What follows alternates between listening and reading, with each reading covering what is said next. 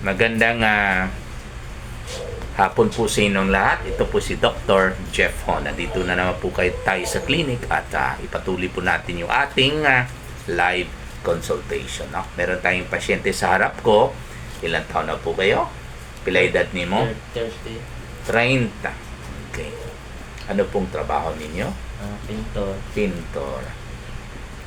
So wala kayong trabaho ngayon o nag-absent lang po kayo? Nag-absent ka. Pero meron kayong project ngayon. Ano pong pinipintura ninyo ngayon pa? Kailan? Ay, parang auto-retailing, parang ganon.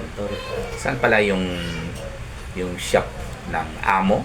May empleyado po kayo. Saan pala yung shop niya? Undangan. Ay, Indangan. Sino may-ari doon? Kapitbahay lang. Okay, good.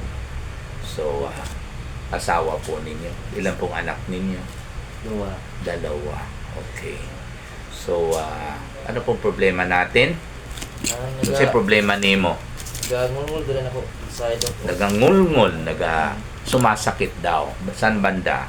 Gregos. Okay, anyway, examinin ko ito mamaya ha. Pero at least dito muna tayo sa history taking, no? Na gusto ko talaga i-emphasize ito kasi lalo para sa mga yung mga bagong doktor na hindi po pwede tayo mag-shortcut, no? Magpa-laboratory ka agad, lalo magpa-ultrasound kasi tiyan no? Kasi magastos nga.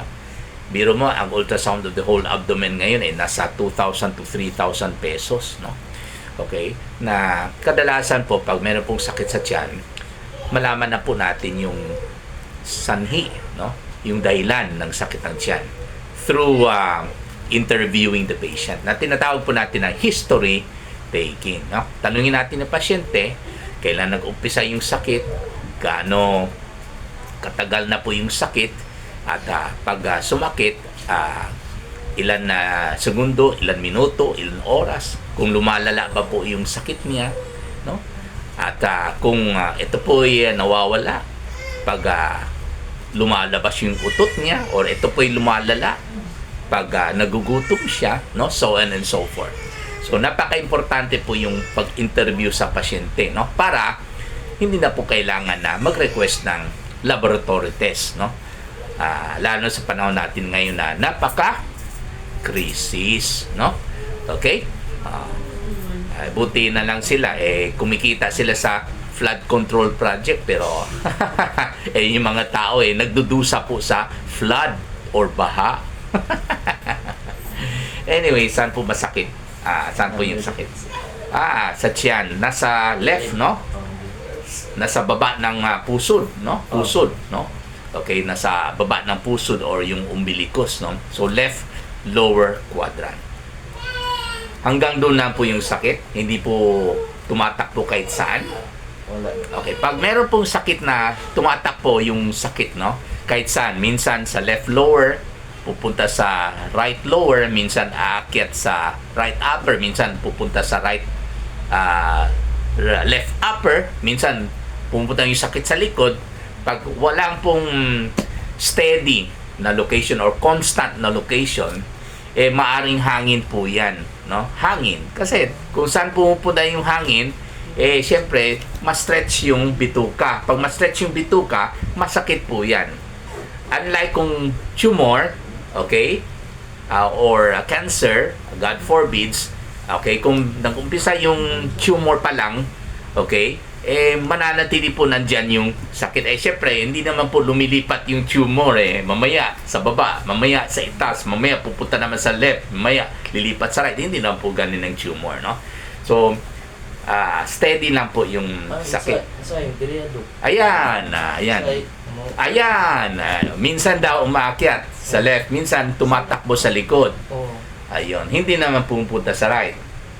Ay, hindi naman po lumilipat kay Mrs. yung sakit.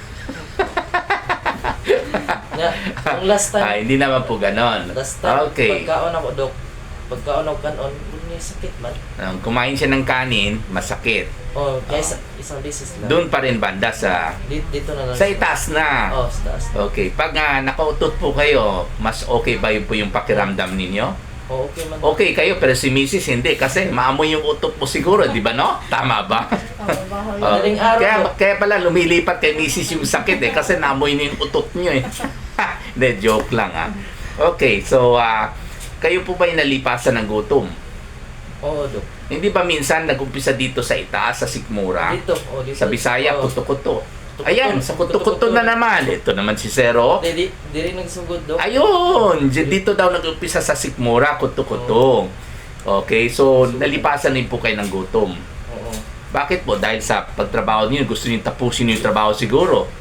Hindi naman po. Kasi minsan, siyempre, meron kayong timpla na pintura, hindi naman pwede iwanan ng yung pintura, di ba? Tama po ba? Oo, yes, Dok. So, talagang kailangan tapusin kahit gutom na po kayo, di ba? Mm-mm. Tama po ba? Minsan. No? Hindi dahil kay Mrs. Kay iniiwan mo kasi gutom, uhaw ka na kay Mrs. Hindi po ganun, no? Okay, anyway. Hindi naman kayo, anong tawag na? Stay in sa trabaho ninyo, hindi naman po. Stay in kayo sa trabaho ninyo? Minsan. Eh, kasama rin si Mrs. ninyo doon. Hindi naman po. Okay, so anyway, nasusuka po kayo tuwing sumasakit? Hindi na. Araw-araw po ba kayong dumudumi? Every day po. Walang palta po. Wala. Every morning rin kayo dumudumi o walang constant na time? Minsan morning, minsan hapon, hindi po ganon. Hindi. Pero kadalasan sa umaga kayo Oo, dumudumi. Okay. Ito pa kailan nag-umpisa nagsakit? Magduwa na kasi 2 weeks na daw. Bakit siya ang tinatanong mo? Lumilipat talaga yung sakit sa kay Mrs. No? 2 linggo na tao. Siguro kayo 2 linggo, baka mamaya sasabihin mo, hindi pala, nag-umpisa pala ito last year. Ano ba yan si Sir Oy? Ha? Talagang 2 weeks pa lang ito. Hindi po talaga nangyari ito last year. Ngayon lang talaga, 2 weeks ago. mag 2 weeks. Meron kayo nangyari, like 2 weeks ago, bago nangyari ito, hindi kaya nalipasan kayo ng gutom? Meron yung time na yun ba? Na may nabisihan kayo? Nag-inom kami, Dok. Nag-inom. Naligo kami ng dagat. Nagligo kayo ng dagat, tapos uminom kayo ng gin. ng gin. Ayan. So, dyan na naman. Yung sinabi ko po, no, na huwag na kayo pumunta sa dagat pag yan lang po ang sadya ninyo, no? Okay? Stay at home. So, ang inumin lang po ninyo, walang iba kundi tubig lang. Yung ginawa ng Panginoon. Kasi yun lang talaga ang harmless sa katawan natin.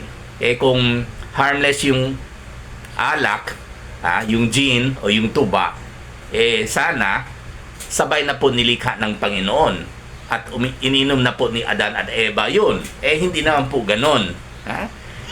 Yung gin, yung tuba, ginawa ng mga tao yan Kaya po, ito po yung nakakasama sa katawan at nangyari na po sa kanya. Nung uminom kayo ng gin, hindi pa kayo kumain siguro, diretso ka agad, tagay. Ganun po ba? Or kumain muna kayo ng konting pulutan.